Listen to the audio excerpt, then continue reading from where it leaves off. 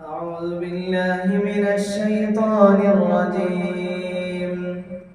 بسم الله الرحمن الرحيم. يا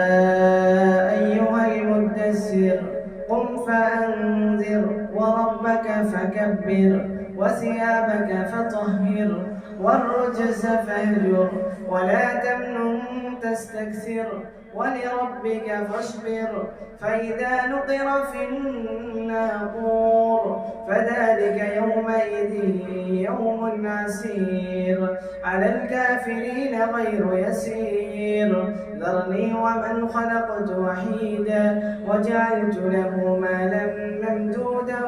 وبنين شهودا ومهدت له تمهيدا ثم يطمع أن أزيد كلا إنه كان لآياتنا عنيدا سأرهقه صعودا إنه فكر وقدر فقتل كيف قدر ثم قتل كيف قدر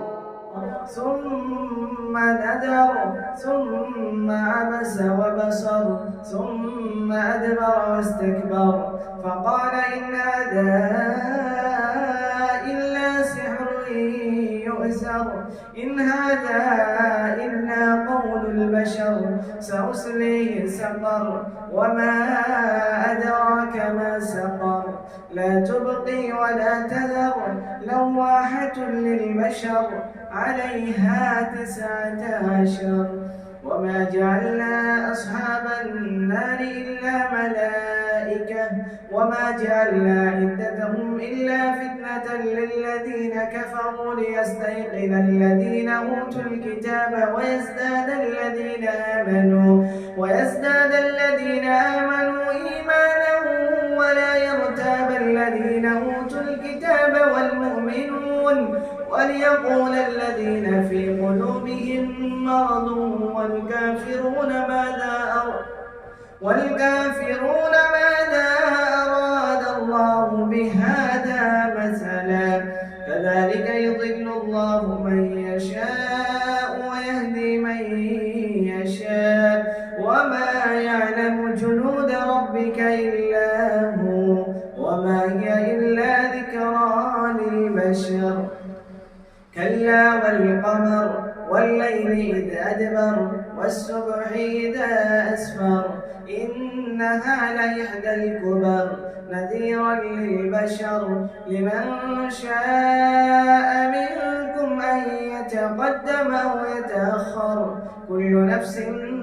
بما كسبت رهينة إلا أصحاب اليمين في جنات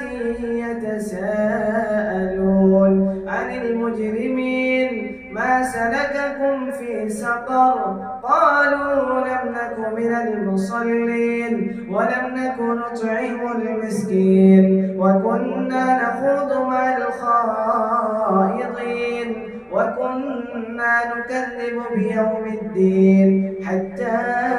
أتانا اليقين فما تنفعهم شفاعة الشافعين فما لهم عن التذكرة معرضين كأنهم حمر مستنفرة فرت من قسورة بل يريد كل امرئ منهم أن يؤتى صحفا